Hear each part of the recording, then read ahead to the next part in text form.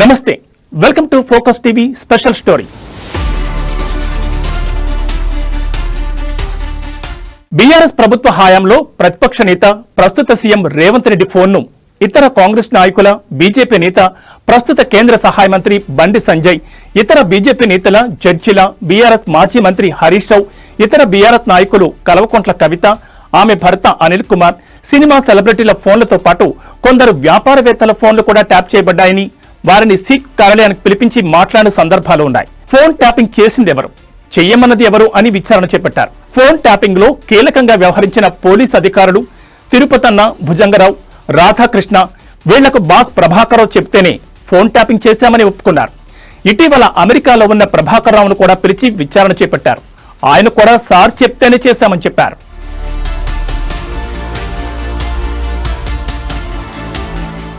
ఇదే కేసు విషయంలో మాజీ మంత్రులు కేటీఆర్, హరీష్ రావు, సంతోష్ రావును ఇదివరకే విచారించారు. ఇప్పుడు కేసీఆర్ వంతొచ్చింది. దీనికి ఇంత రాద్ధాంతం ఎందుకు? అధికారులు సార్ చెప్తేనే ఫోన్ ట్యాపింగ్ చేశామంటున్నారంటే అసలు సార్ ఎవరు తేలాలంటే అప్పటి ముఖ్యమంత్రి కేసీఆర్ ను కూడా విచారణ చేయాలి కదా. అతను ఫోన్ ట్యాపింగ్ ని ఎందుకు చేశారు తేలాలి కదా. ఇది కేసీఆర్ కుటుంబానికి సంబంధించిన విషయం మాత్రమే. అయితే ఆయనకు ఆత్మగౌరవ సమస్య కావచ్చు, అంతేకాని తెలంగాణ ప్రజల ఆత్మగౌరవం సమస్య కాదు. ఈ విషయాన్ని బీఆర్ఎస్ నాయకులు, ఆ పార్టీ కార్యకర్తలు, కేసీఆర్ అభిమానులు, ప్రజలు అర్థం చేసుకోవాలి. ఈ విషయాన్ని మర్చిపోయి కేటీఆర్, హరీష్ రావు, బీఆర్ఎస్ నాయకులు తెలంగాణ సెంటిమెంట్ అని రెచ్చగొట్టే ప్రయత్నం చేస్తున్నారు. ఇలా చేస్తే నష్టపోయేది బీఆర్ఎస్ పార్టీయే. ప్రజలకు అన్నీ తెలుసు.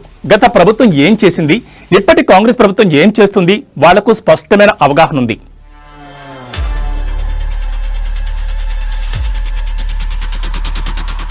చట్టానికి ఎవ్వరూ అతిథులు కారు అనే విషయాన్ని విస్మరించి మాట్లాడుతున్నారు, ఆందోళన చేపడుతున్నారు. ఇది కరెక్ట్ కాదు.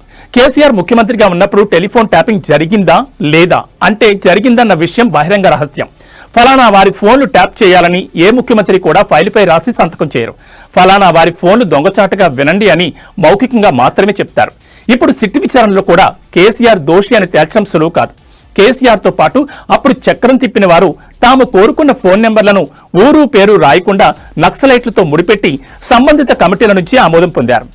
ఈ కారణంగా ఫోన్ ట్యాపింగ్ తో నాకేమీ సంబంధమని కేసీఆర్ అనుకో భావిస్తున్నారు. ఈ కేసులో కేసీఆర్ ను నేరుగా ఇరికించకపోవచ్చు. ఆ ధీమాతోనే కేసీఆర్ నే విచారణకు పిలుస్తారా అని బీఆర్ఎస్ నాయకులు ప్రశ్నిస్తున్నారు. అందుకే కేసీఆర్ అనుకో ఇది తెలంగాణ ప్రజల ఆత్మగౌరవం అంటున్నారు. కానీ ఇది ముమ్మాటికి తెలంగాణ ఆత్మగౌరవం ఎంత మాత్రం కాదు. ఇది కేసీఆర్ తన పార్టీని కాపాడుకోవడానికి చేసిన పాచికలో ఒక భాగమే ఫోన్ ట్యాపింగ్. అంతేగాని దీన్ని తెలంగాణ ప్రజలకు ముడిపెట్టడం సరికాదు. ప్రజలు, ప్రజాస్వామికవాదులు దీన్ని గమనించాల్సిన అవసరం ఎంతైనా ఉంది.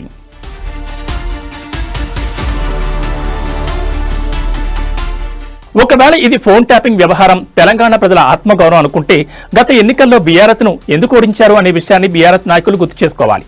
టెలిఫోన్ ట్యాపింగ్ కేసులో కేసీఆర్ కు నోటీసులు జారీ అయినప్పటికీ జనం ఎక్కడా రోడ్ల మీదకు రాలేదు. ముఖ్యమంత్రి రేవంత్ రెడ్డిపై కేసీఆర్ అనుకోకు ద్వేషం ఉంటుంది. అంత మాత్రాన ప్రజలంతా రేవంత్ రెడ్డిని ద్వేషించాలని రెచ్చగొట్టిన ఎవ్వరూ ఈ విషయంలో స్పందించడం లేదు.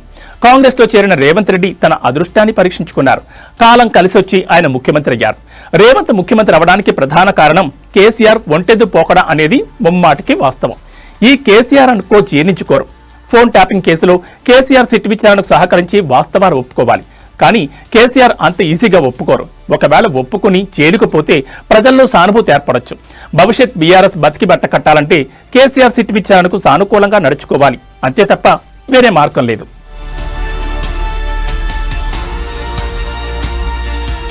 ఫోన్ ట్యాపింగ్ విచారణకు కేసీఆర్ వెళ్లడం తప్పేంటి?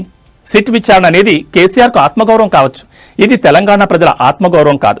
కేసీఆర్ కుటుంబానికి సమస్య వస్తే తెలంగాణ ప్రజలందరి సమస్య ఎట్లా అవుతుంది? ఫోన్ ట్యాపింగ్ జరిగింది వాస్తవమే కదా. సొంత బిడ్డ, అల్లుడి ఫోన్ కూడా ట్యాపింగ్ జరిగిందని స్వయంగా కవితే చెప్పింది కదా. సార్ చెప్తేనే ఫోన్ ట్యాప్ చేశామని ప్రభాకర్ రావు, ఇతర పోలీస్ అధికారులు చెప్పారు. అసలు సార్ ఎవరు, కేటీఆరా, కేసీఆరా తేలాల్సింది. ఇది ఇవాల్టి స్పెషల్ ఫోకస్. మరో ఇంట్రెస్టింగ్ టాపిక్ తో మళ్ళీ కలుద్దాం. నమస్తే.